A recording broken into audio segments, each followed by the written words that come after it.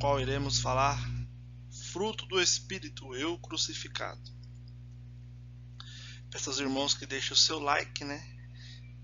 Curta, compartilhe, inscreva-se no canal, nos ajude a divulgar a mensagem do Evangelho. Na descrição do vídeo tem os links para quem quiser estudar teologia, né? Na BETAC. Também tem o link da parceria que nós temos com a Natura, quiser adquirir algum produto. Digite o cupom lá de desconto YouTube e ganhe 10% de desconto aí. A lição bem interessante, né? Vamos ao estudo bíblico de hoje, da lição de número 6. Você professor e aluno. O tema é fruto do Espírito, eu crucificado, né? O texto áureo está em Romanos 15:13. Ora, o Deus de esperança vos enche de todo gozo e paz em crença, para que abundeis em esperança pela virtude do Espírito Santo. A verdade prática, o fruto do Espírito, é um dos temas mais vibrantes da ética cristã, pois mostra para o mundo o que o Espírito Santo colocou dentro de cada um de nós.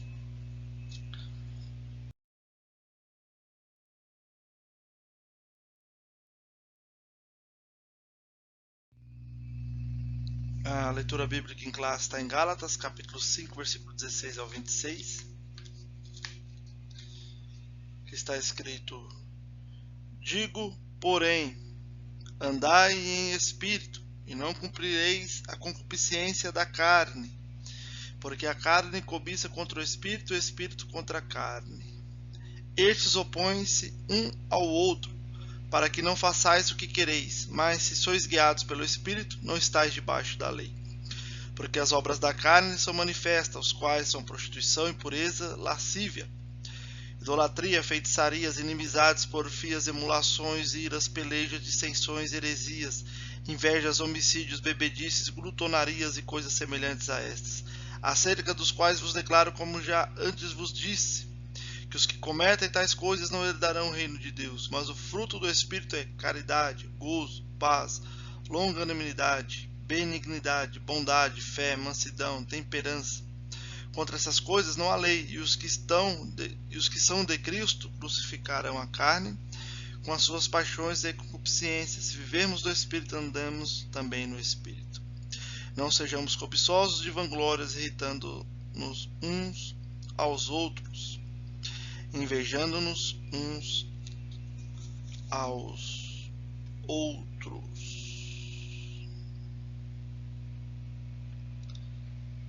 Bem interessante o texto, né? Qual o objetivo geral da lição? Demonstrar que o fruto do Espírito é um dos temas mais vibrantes, né, da vida cristã.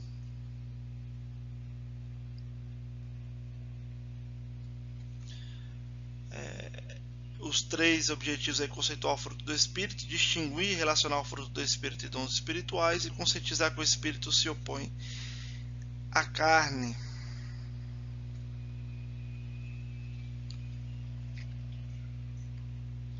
Então nós vemos aí, né,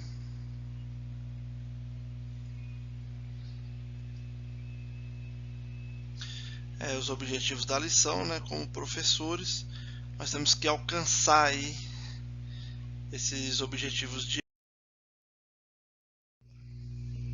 a introdução. O fruto do Espírito é o resultado de uma vida cristã abundante e manifesta no relacionamento entre os irmãos e irmãs na igreja e no lar, na convivência com os descrentes no trabalho e na sociedade. Então é uma vida cristã abundante, né, que se manifesta nos relacionamentos entre os irmãos da igreja, no nosso lar, com os nossos familiares, com nossos filhos, com nossa esposa, nas convivências com aqueles que não servem a Deus, com toda a sociedade. Então, toda a sociedade tem que enxergar em nós o fruto do Espírito, vendo que a vida cristã, né, manifesta através deste fruto. Por isso nós temos que entender o conflito entre carne e espírito e a função do Espírito. Quando a gente começa a entender isso, a gente vai saber o porquê, né, que é o resultado da vida cristã abundante manifestada em nossos relacionamentos. Primeiro tópico aí, o fruto do Espírito na vida do crente. Aí destaquei algumas coisas. Nós que estamos em Cristo, vivemos sob o domínio do Espírito. Ou seja, nós que somos de Cristo, né? Estamos em Cristo, temos que viver sob os domínios do Espírito. Libertos da lei e dos rudimentos deste mundo. Então, libertos da lei, dos rudimentos deste mundo. Nós estamos libertos, né, da lei, dos rudimentos deste mundo a qual nós vivemos. O fruto do Espírito é a expressão do Espírito na vida do crente. Então, o fruto do Espírito é a expressão do Espírito na vida do crente. Vamos definir, né, a definição de fruto do Espírito. É o resultado natural de um processo de amadurecimento e a consequência de um processo natural de crescimento espiritual. O apóstolo Paulo apresenta 9 modalidades no fruto. Então nós vemos 9 modalidades aí no fruto. No verso 22 da leitura bíblica em classe, né? Dizendo que o fruto do Espírito é caridade, gozo, paz, longanimidade, benignidade, bondade, fé, mansidão e temperança. 9 modalidades no fruto do Espírito. É importante destacar também que o fruto do Espírito é o resultado natural de um processo de amadurecimento e a consequência de um processo natural de crescimento espiritual. Ele vai surgindo de forma gradativa dentro de nós, como resultado da regeneração do Espírito Santo, de forma instantânea, através da graça de nosso Senhor Jesus Cristo. Então, que é o fruto, definindo o fruto do Espírito, é o resultado natural de um processo de amadurecimento e consequência de um processo natural de crescimento espiritual. Então, quando o crente vai amadurecendo, nós vamos enxergando este fruto na vida do cristão. O fruto no singular, porque alguém pode dizer, são 9 modalidades, por que está no singular? O missionário Eurico Bergsten explica esse singular ilustrando como a laranja e seus gomos. O fruto que aparece logo em seguida é o amor, diz o missionário. As 8 virtudes são reflexos do amor: gozo, paz, longanimidade, benignidade, bondade, fé, mansidão e temperança. Então é como uma laranja, para ela se formar, ou uma mexerica, conforme você preferir o exemplo, e seus gomos. Então é um fruto completo pelos seus gomos. Como se cada gomo tivesse um sabor mais docinho, outro não, e assim vai. Quando você vai chupar a mexerica, tem um gominho mais doce, né? O outro não. São vários gomos e formam a mexerica. O fruto do Espírito é assim, são vários gomos que formam o fruto do Espírito, por isso no singular. Então, gozo é a alegria, né? A paz que excede todo entendimento. Viver a paz com todos os homens, né? Longanimidade, tardio irasse. Benigno, uma pessoa generosa. Bondade, ser uma pessoa boa, misericordiosa. A fé, né? Acreditar no seu Deus. A fé é acreditar que Deus está no controle de tudo. Porque sem fé é impossível agradar a Deus. A mansidão, né? Pessoa mansa. Temperança, autocontrole. Então que este fruto venha fazer parte da nossa vida, né? O amor incondicional, sem esperar nada em troca. Amar aqueles que querem o nosso mal. Aquele que nos persegue, aquele que nos calunia. Então o fruto do Espírito. Eles são 9 modalidades e apenas um fruto. Donald G. vai dizer que a forma singular sugere a produção do que? Da unidade do caráter de Cristo, as 9 graças mencionadas. Então fala de unidade, né? Então que nós venhamos refletir o fruto do Espírito em nossas vidas. Alegria, paz, longanimidade, benignidade, bondade, fé, mansidão, temperança e amor. Vem estar sobre nós, né, o fruto do Espírito. Terceiro ponto é andar no Espírito. Andar no Espírito é uma expressão que indica viver corretamente em humildade, em submissão e em santidade. Em santidade. 1 Pedro 1,17 vai dizer assim: se invocais por Pai aquele que, sem acepção de pessoas, julga segundo a obra de cada um, andar em temor durante o tempo da vossa peregrinação. Então, andar no Espírito é uma expressão que indica viver corretamente em humildade, né? Submissa a Deus, às lideranças, e santidade, buscando ser santo, se andar no Espírito. Então, que nós viemos entender aí, o fruto do Espírito vem estar em nós viemos andar no Espírito. Uma pergunta importante que nós devemos fazer para nós cristãos é: o que é mais importante? Ser batizado no Espírito Santo ou viver o fruto do Espírito? O que é mais importante, ser batizado no Espírito Santo ou viver o fruto do Espírito? É uma boa pergunta. Só que a resposta é: não faz sentido na vida do cristão, porque a Bíblia em nenhum lugar ensina essa escolha. Ambos são importantes para o cristão e são realidade de uma única fonte, a única fonte tanto do batismo no Espírito como o fruto do Espírito é o Espírito Santo. Então ambos são importantes para nós, sem menosprezar nenhum dos dois. Tópico 2, a diferença e relação entre o fruto e os dons do Espírito, né? Ambos têm a mesma origem e uma mesma fonte, e ambos glorificam a Deus. Então, ambos vêm do Espírito Santo, ambos glorificam a Deus, e ambos têm a mesma origem. Mas tratam-se de coisas distintas. Vou dar um exemplo: o amor. O amor não é um dom. Então, são coisas distintas que têm a mesma fonte e glorificam a Deus. O apóstolo Paulo vai mencionar em 1 Coríntios 13,13 que o amor é superior aos dons. Né? O amor é superior aos dons.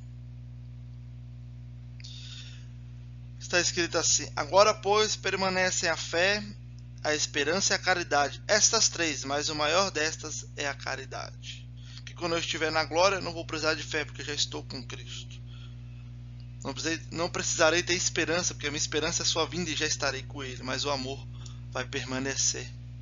Paulo também vai dizer que sem o amor os dons não são nada, né? 1 Coríntios 13, versículo 1 ao 3. Que os dons são passageiros, mas o amor é eterno. Quando Jesus buscar a igreja estiver na glória, não vai haver necessidade de dons espirituais. E o amor vai prevalecer, o amor é eterno. Então o amor é superior aos dons e sua supremacia prevalece, né? E sem amor, os dons não servem para nada, são passageiros. Está vendo que nenhum é mais importante que o outro, há necessidade dos dois. Mas convém relembrar que os dons são importantes, não devem ser desprezados. A vontade de Deus é que busquemos aos dons. 1 Coríntios 12:31 vai dizer que nós devemos buscar os melhores dons. O que seriam os melhores dons? Os melhores dons, aqueles que é mais necessário para a igreja, para o público a qual eu estou ali fazendo a obra de Deus. Os dons são comparados a um andaime numa construção, e a igreja é um edifício. Mas uma vez a obra concluída, o andaime é dispensado. No céu não haverá necessidade dos dons. Então é como se fosse um andaime e a construção, né? A igreja é o edifício, que somos nós, os dons é o andaime para essa construção. E quando Jesus buscar a igreja, a construção vai estar completa. Então não vai precisar mais do andaime. Bem, acho que ficou bem clara aí essa diferença e a relação entre o fruto e os dons do Espírito. Os dois são importantes. Então não devemos menosprezar nenhum dos dois. Mas sem amor, para nada servem os dons. Porque o amor é a essência do Evangelho. Nós estamos aqui por causa do amor, o amor de Cristo pela igreja. Então o amor no Evangelho é a base, né? Base doutrinária nossa é o amor. Jesus morreu na cruz, né? Quando você quer ver o que é amor, olhe para a cruz e veja Cristo morrendo por mim e por você. Isso é amor incondicional, sem esperar nada em troca. Por isso o amor é a nossa base, né? Nossa base aí. Para tudo que nós vamos fazer, tem que fazer com amor e dedicação. Então que os dons do Espírito e o fruto do Espírito vem estar fazendo parte da nossa vida. terceiro ponto, né? O espírito se opõe à carne. O que levou o apóstolo Paulo ao assunto foi o contexto das igrejas da Galácia. Havia um contexto ali na igreja. Havia o abuso, né? O abuso da liberdade cristã. Havia a antinomia de um lado e o legalismo de outro. E isso estava dando ocasião à carne, levando à falta de amor e à desunião na igreja. Vamos lá, Gálatas 5, versículo 13 ao 15. Porque vós, irmãos, fostes chamados à liberdade. Não useis então da liberdade para dar ocasião à carne, mas servi-vos uns aos outros pela caridade. Porque toda a lei se cumpre numa só palavra, nesta: amarás o teu próximo como a ti mesmo. Se vós, porém, vos mordeis e devorais uns aos outros, vede, não vos consumais uns aos outros. Então, o abuso, né, da liberdade cristã, não pode haver o abuso dessa liberdade. Então, Paulo, ele explica muito bem na igreja da Galácia esse assunto, por causa disso, do legalismo, né? E as pessoas estavam dando vazão à carne e faltando amor e levando desunião na igreja. Então, a palavra carne aí, no grego, sarx, né, significa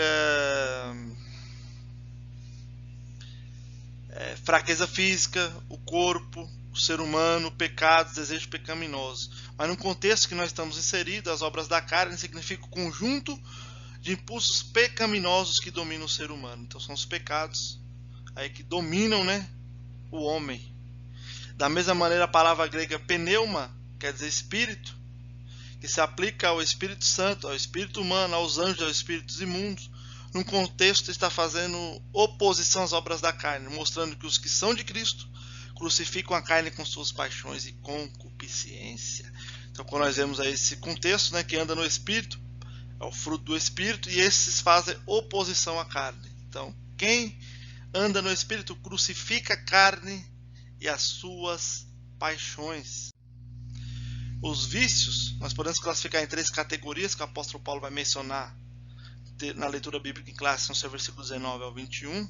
O sexo ilícito, prostituição, impureza e lascívia, pecados de ordem religiosa, idolatria e feitiçaria, pecados de ordem social, inimizade, porfia, emulações, iras, pelejas, dissensões, heresias, invejas, homicídios, bebedices e glutonarias.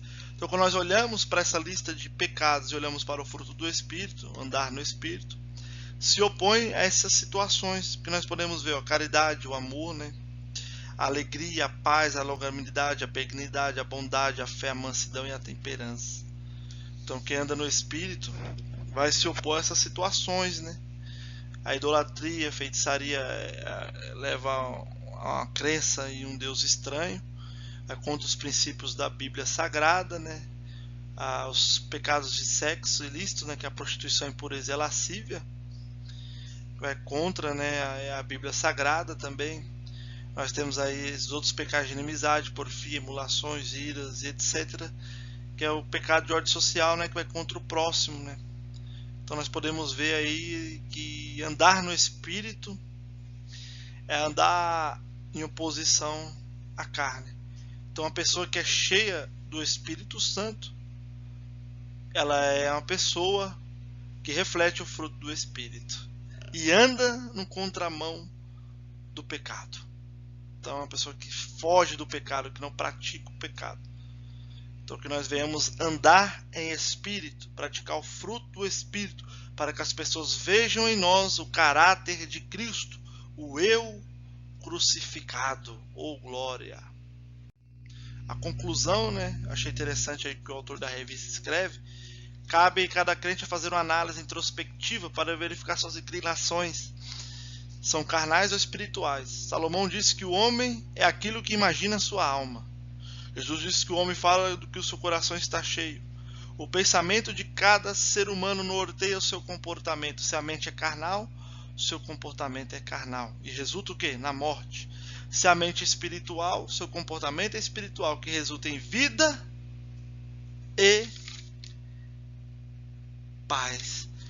Então, vamos analisar nossas vidas e ver em qual inclinação nós estamos, a carne ou para as coisas espirituais? O nosso comportamento vai nos levar à morte ou à vida? Então nós vamos pensar aí hoje nisso aí, essa lição muito interessante, né? Fruto do Espírito. E acredito que Deus tem falado com você nesse dia de hoje. Então fica essa aula aí, Fruto do Espírito Crucificado. Comente no vídeo, deixe as suas dúvidas, né? Estamos aí para crescermos juntos em graça e em conhecimento. Deus vos abençoe, deixe seu like, compartilhe, inscreva-se no canal. Que Deus vos abençoe. Fiquem na paz de Cristo.